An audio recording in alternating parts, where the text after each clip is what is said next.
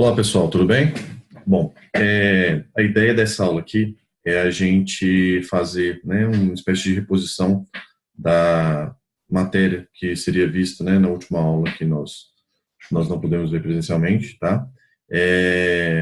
Se vocês seguirem o cronograma, o objetivo da aula, a gente vai ver o processo de quantização e vou falar um pouquinho sobre o erro de quantização, tá? Logo depois, no final, também vou propor alguns exercícios e o objetivo é que, com isso, nós encerremos o primeiro capítulo, tá? E em seguida a gente vai dar início ao capítulo de transformada Z, ok? Então tá, então o que eu vou fazer eu vou compartilhar com vocês a minha tela, vou ficar alternando entre o livro e entre um arquivo do Paint, tá? Onde eu vou ficar fazendo algumas anotações, alguns gráficos. Eu estou utilizando uma mesa digitalizadora aqui, não sei se vai ficar muito bom, mas pelo menos o objetivo, que é poder passar o conhecimento, com certeza ele vai ser atendido, certo? Tudo bem, então. Então deixa eu compartilhar minha tela aqui com vocês. Compartilhar. Muito bem. O próximo tópico que a gente vai ver, né, é referente ao procedimento de quantização, tá? Vocês já viram na última aula, a gente falou um pouco sobre o que são, né, os sinais de tempo, sinais contínuos, sinais discretos, sinais analógicos e sinais digitais, certo? Só fazendo uma pequena revisão. O sinal contínuo é aquele, né, que quando a gente fala de continuidade, a gente se refere ao eixo do tempo. Então, entre quaisquer dois tempos consecutivos, entre quaisquer dois valores de tempo, e vai existir sempre infinitos valores de tempo dentre eles, nos quais a gente vai ter algum valor de sinal de saída. Isso é um sinal contínuo. Um sinal discreto, no eixo tempo, a gente só tem instantes específicos de tempo. Um sinal analógico, aí a gente já está se referindo ao eixo da amplitude, né, que pode ser a energia do sinal, a informação do sinal, o que quer que seja. Mas a questão é que no sinal analógico, a gente tem, entre quaisquer dois valores de amplitude, infinitos valores possíveis. E no caso do sinal digital, entre dois valores de amplitude, também se referindo ao eixo Y, a gente tem só alguns valores possíveis. Então, contínuo, infinitos valores no eixo-tempo. Discreto, finitos valores no eixo-tempo. Analógico, infinitos valores no eixo da amplitude, ou no eixo Y. Digital, finitos valores no eixo da amplitude ou no eixo Y. Ok? Então, existe um procedimento, né, que chama-se quantização, tá? Eu vou mostrar para vocês, a gente viu o gráfico dele, deixa eu achar aqui, onde a gente tem vários exemplos de sinais, né? E cada um deles a gente fala o tipo, ok? Esse daqui, ó. Então aqui, por exemplo, a gente tem um tipo contínuo e analógico. Aqui a gente tem um sinal que é contínuo, porém ele não é analógico. Ele é um sinal porque a gente não tem infinitos valores. Entre esse valor aqui e entre esse daqui, a gente não tem esses valores aqui, ó. Daqui já salta direto para cá. Certo? Por isso que ele não é analógico, mas ele continua sendo contínuo, porque a gente tem sinal durante todo o eixo-tempo. Deixa eu voltar a compartilhar aqui, porque parece que travou. Muito bem. Esse sinal aqui, gente, aqui, a gente chama de sinal, né, de tempo contínuo quantizado. Ou seja, embora ele seja de tempo contínuo, porque você possui, né, infinitos valores no eixo-tempo, ele não é analógico. Então, ele é quantizado. Ok? Então, a gente vai falar desse sinal aqui especificamente. Ok? Então, vamos lá. Vamos ver como é que é o processo de quantização. Tá? Vamos voltar lá na seção 1.3, que era onde a gente estava. Ok? E a gente vai falar sobre o processo de quantização.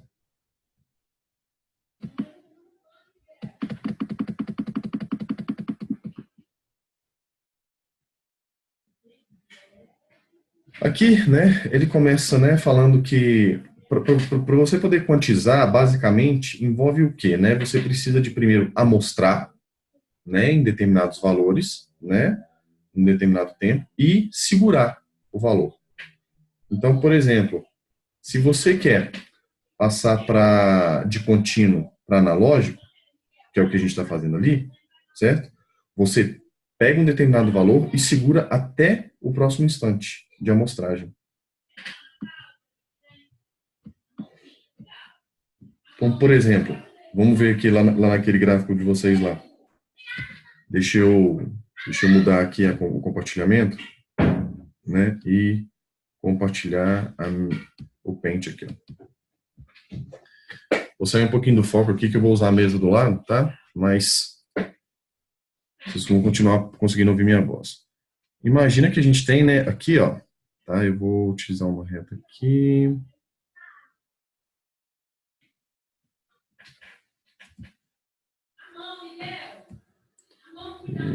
E outra.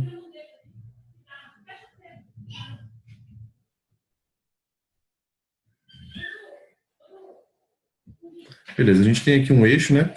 Imagina que eu tenho, deixa eu diminuir um pouquinho aqui a grossura da linha.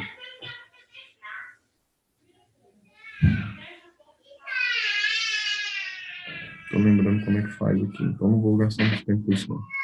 Imagina que a gente tem um sinal qualquer aqui, ó. Agora eu vou colocar o lápis.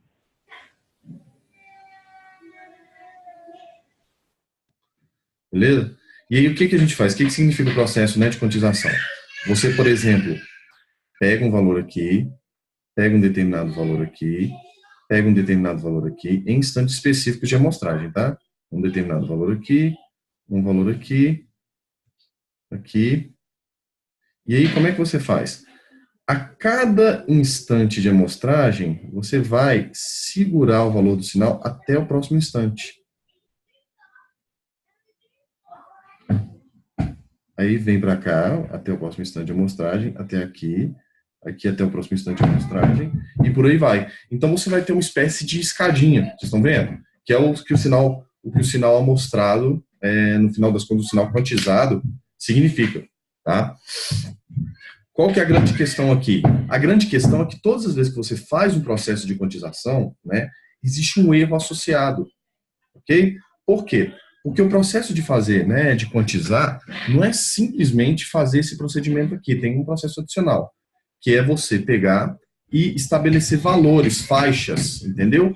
Para cada valor diferente. Então, por exemplo, você tem, por exemplo, vamos supor que você tem aqui uma faixa, né, você vai enviar um sinal de 0 a 10 volts, certo? E você tem 4 bits para poder representar esse sinal. Imagina que você tem de 0 a 10 volts e 4 bits para poder representar esse sinal. Quantas combinações possíveis você consegue com esses 4 bits? É muito simples. Para você calcular o número de combinações, C vai ser igual a 2 elevado a 4, que é igual a 16. Então, você tem 16 combinações possíveis. Então, você tem uma faixa de 0 a 10 volts, aonde você pode representar com 16 combinações possíveis. Então, se a gente dividir esses 10 volts aqui pelas 16 combinações possíveis, a gente vai ter um valor, né? E se for para a gente poder fazer a conta exata, só para a gente ter, né, uma base de cálculo, dá 0,625. 0,625. Beleza? Então, o que significa isso? Significa que quando você for representar esse sinal analógico, né, com um sinal digital, você vai ter várias faixas. Só vou representar algumas aqui, tá? Como é um número binário, você vai ter 0000 como sendo o primeiro, 0001 como sendo o segundo, e por aí vai, né? Até chegar no 1. Imagina, por exemplo, que você tem, né, um determinado sinal aqui qualquer, ó, né? E o valor correto desse sinal fosse, por exemplo, vamos dizer assim, 3,2. O valor correto do sinal é 3,2. Aí eu fiz o procedimento de amostragem, quantizei, virou essa escadinha. Só que agora, para eu terminar o processo de quantização, além de virar essa escadinha, para eu poder transformar, né? Porque do jeito que está aqui, ele está analógico, concorda? Eu só tenho valores específicos, eu tenho esse valor aqui e tenho esse valor aqui. Agora, se eu quiser digital, né? Se eu quiser passar de analógico para digital, não pode ter infinitos valores no eixo Y, só pode ter finitos valores, que são exatamente esses valores aqui, ó. São os valores digitais aceitos, tá? Então, imagina, por exemplo, que eu tenho o número 3,2. Beleza? A gente sabe que 0,625 é o valor, vamos dizer assim, entre um ponto e o outro. Então, quando for 0 volts, quando for 0 aqui, ó, vai ser 000. Quando for 0,625, vai ser 0,001. Ok? E por aí vai. Se a gente fizer isso, né? Se a gente fizer a divisão, né, de 3,2 por 0,625, vai dar 5,12. Então, por exemplo, vamos ver aonde que estaria, né, em qual seria o número binário equivalente, né, o mais próximo aqui ao 3,2. Quanto que é 0,001, vamos fazer uma tabelinha aqui, ó. A gente pode fazer essa conta usando matemática básica, tá? Mas eu vou fazer uma tabelinha aqui para vocês, para ficar uma coisa mais didática, vamos dizer assim, tá? Vou fazer aqui. Então, 0,000 vai equivaler a 0,625, tá? 0,001 equivale a quanto? 0,625 vezes 2, que é 1,25.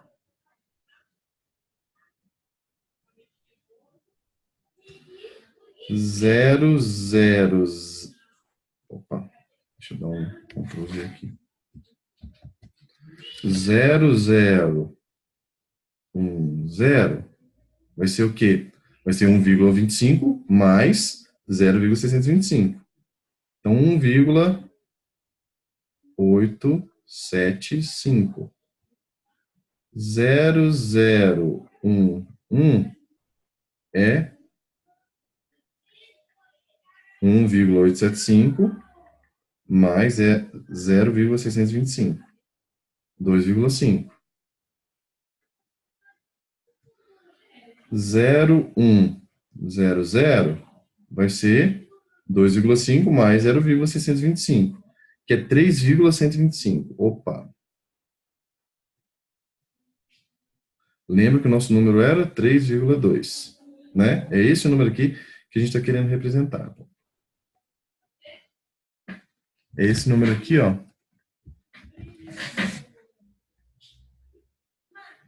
Que a gente está querendo representar. 0,101 vai ser 3,125 mais 0,625. 3,125 mais 0,625. Que é 3,75.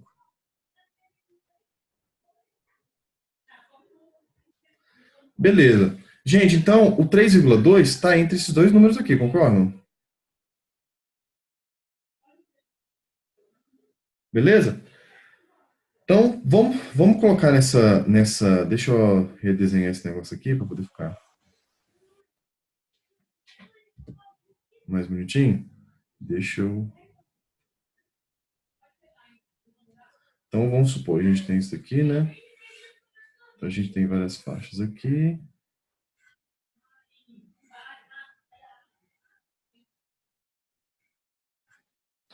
Então, vamos supor que aqui está o 0,100, que equivale a 3,125, e aqui está o 0,101. Beleza?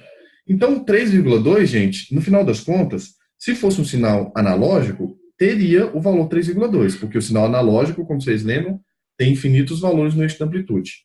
Agora, como é um sinal digital, não vai ter. Eu vou ter que aproximar ele ou para esse número ou para esse número, certo? Gente, é fácil perceber que 3,2 está muito mais próximo de 3,125 do que de 3,75. Então, quando apareceu 3,2, eu vou representar ele como um ponto aqui, ó. Vai aparecer na verdade, um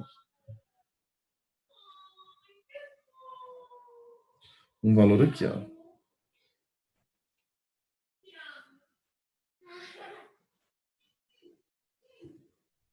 Beleza? Então, vai ter um valor aqui, ó.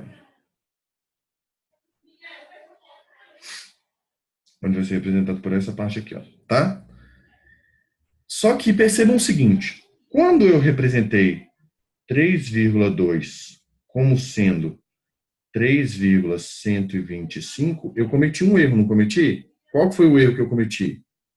O erro é a diferença entre esses dois. Tratando como módulo, vai ser o módulo de 3,2 menos 3,125. Então, C vai ser igual a 0,75. Concordam? É só você fazer 3,125. Não, na verdade 3,2 menos 3,125. Opa, 3,2 menos 3,125. 0,075, desculpa. Esqueci uma ordem de grandeza aqui. 0,075. Então, é muito pequeno, né? Então, esse é o processo de quantização. Você pega um sinal analógico e contínuo, transforma em analógico através de amostragem e segurar o valor. Depois, para poder virar digital, você tem que fazer essa divisão da quantidade máxima que você tem de sinal, por exemplo, de 0 a 10 volts, pela quantidade de combinações possíveis, dependendo do número de bits que você tem. Tá? Então, com isso, gente, a minha pergunta é a seguinte: qual que é o maior erro? O meu erro aqui foi 0,75, não foi? Qual que é o maior erro que eu posso cometer, né? Nesse caso aqui, o valor aqui foi 0,75, mas qual que é o maior? Vocês concordam que o 3,2 estava. O 3, nossa, gente, eu acabei de perceber que eu cometi um erro grotesco aqui, né? Desculpem, mas acho que eu vou só corrigir aqui. Eu falei com vocês que a gente arredonda pelo número de baixo e eu coloquei no número de cima, né? Na verdade, a gente estaria aqui, ó.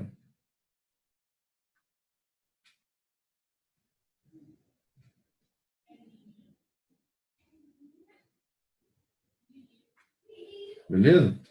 É esse daqui, ó, tá? Que a gente representa. Então, voltando. 0,075 é o meu erro. Qual que é o maior erro que eu posso cometer, gente? Se fosse 3,125 exato, ele ia cair exatamente aqui. Então, não ia ter erro nenhum. Se fosse 3,75, ia cair exatamente aqui. Como é 3,2, ele caiu no meio desses dois, eu precisei de arredondar para o mais próximo. Qual que é o maior erro que eu posso cometer, gente? É quando ele cai exatamente no meio de dois. Então, por exemplo, vamos supor que tivesse aqui no meio, né? Aí eu teria que arredondar tanto para cá quanto para cá, ele está próximo dos dois igual, então não faria diferença, né? A gente normalmente, igual, por exemplo, quando a gente tem o número 3,5, a gente costuma arredondar para cima. Mas a rigor não faria diferença. Então, qual que seria a conta que a gente deveria fazer nesse caso, tá? Para poder identificar o maior erro. O maior erro é metade, né, da diferença entre esses dois valores aqui, ó. Qual que é a diferença entre dois valores aqui, gente? Exatamente 0,625. Então, o meu erro de quantização é igual a 0,625 dividido por 2. O maior erro que eu posso cometer, que é igual a 0,625 dividido 0,625 dividido por 2, 0,3125.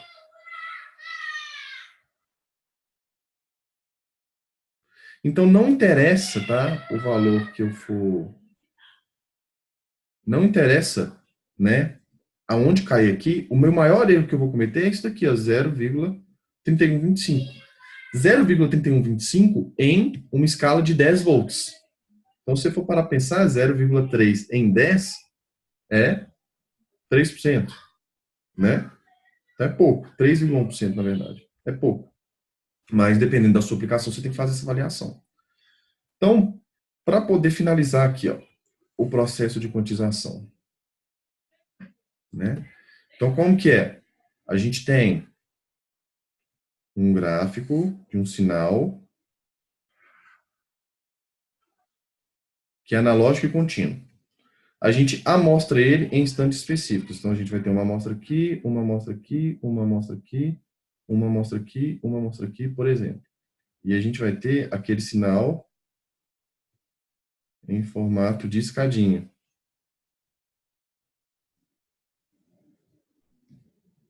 Opa, deixa eu, na verdade, vou fazer assim, ó. Senão aquelas barras verticais poderiam confundir vocês. Então, esse sinal aqui, né? Deixa eu apagar o restante aqui, ó. Esse sinal aqui, ó, essa escadinha aqui, ó, é um sinal que é o quê, gente? Contínuo e analógico. Para eu transformar em um sinal contínuo e digital, eu preciso de pegar cada um desses valores aqui, ó, esses pontinhos aqui, e ver onde cada um deles vai cair nas faixas que eu tenho permitidas. Como é que eu faço isso? Eu vejo primeiro qual que é a amplitude máxima que eu tenho aqui, ó. Amplitude A. Beleza? Então, qual que é o meu passo, né, na quantização? O que eu vou chamar aqui de passo? Vai ser a amplitude A dividido por 2 elevado a n, onde n é o número de bits que eu tenho para poder representar o meu sinal digital. E qual que é o meu erro de quantização? É o passo dividido por 2, meu erro máximo, né? É o passo dividido por 2, que é igual a elevado a 2 elevado a n, certo, gente? Tudo isso dividido por 2. Ok? No final das contas, quando a gente divide por 2, né? Vai ficar o quê? A sobre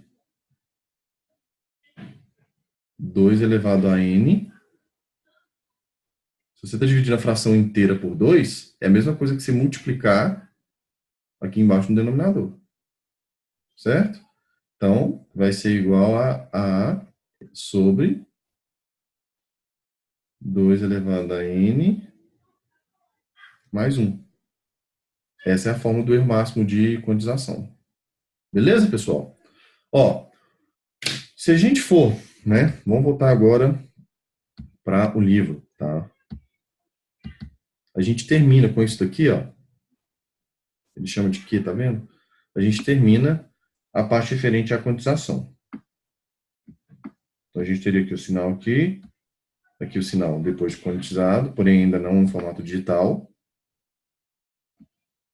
Beleza? E depois o formato digital. Aí a gente tem algumas formas, né, de fazer aquisição de dados, conversão de dados e de sistemas de distribuição. O que eu preciso que vocês saibam aqui, tá? Diferenciar. O que é aquisição de dados, gente? Aquisição de dados é antes de chegar no controlador digital. Então, você passa por um transdutor, que é o sinal, passa por um amplificador para poder amplificar o valor do sinal, passa por um filtro, passa por um filtro, passa baixa para poder eliminar ruído de alta frequência, passa por um multiplexador. Se vocês lembrarem de eletrônica analógica, um multiplexador é um seletor de dados. Então, vocês têm vários valores, várias entradas, né? E vai escolher qual delas que vai estar sendo transmitida para o controlador. Isso serve para quando você tem um controlador que está controlando várias malhas ao mesmo tempo.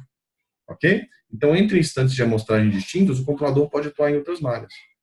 Depois você tem o sample and hold, que, na verdade, transforma o sinal contínuo para o sinal analógico, e o conversor AD, que transforma o sinal analógico para o sinal digital. Então, o sinal é enviado para o controlador digital. Já o sistema de distribuição é aquele que sai do controlador digital. Então, você sai do controlador digital, você tem um registrador, que nada mais é do que, né, um sistema de memória para poder guardar o valor do controlador, um demultiplexador, onde vai direcionar, né, dentre várias, você vai ter uma entrada e vai direcionar em qual das saídas essa entrada vai aparecer. É o processo inverso do multiplexação, né, do multiplexador que estava aqui. Lembrando que esse daqui é um multiplexador analógico, tá, gente? Depois você tem um conversor digital analógico, porque lembrando, o controlador, a gente vai mandar o sinal para um atuador. Um atuador normalmente é um sinal contínuo, é um sistema contínuo, né? Então ele precisa receber um sinal analógico, um sinal contínuo. E ele passa por um segurador também, antes de chegar no atuador. Depois de tudo isso, né, aqui tem alguns gráficos mostrando formas de implementar, né, esses, é, esses blocos, né, referente ao processo de aquisição e distribuição de dados, ok? E com isso, aí a gente tem alguns erros, né, referentes aqui no processo, né, de transformação analógico-digital. Isso eu já não vou cobrar com muita, eu já não vou cobrar, né, com muito detalhe. Tem algumas formas de fazer essas implementações utilizando eletrônica. É bom saber, mas a ideia também é entender que eles existam e não necessariamente implementá-los. Lembrando que a disciplina de controle digital, a gente vai focar muito na parte de eletrônica, da física da eletrônica. E aí tem alguns comentários para poder finalizar. E aí a gente termina o capítulo 1, tá bom? Bom, gente, com isso eu termino a aula de hoje, tá? Assistam esse vídeo. Se tiverem alguma dúvida, a gente vai tirar na próxima aula, que é na terça-feira, tá? Estudem. Não vou passar nenhum exercício, porque como esse capítulo é introdutório, os exercícios são muito... Eu entendo que é melhor, às vezes, vocês estudarem e fazerem um resumo do que passar um exercício do livro, certo? E aí a gente conversa na próxima aula, então. Muito obrigado, um abraço.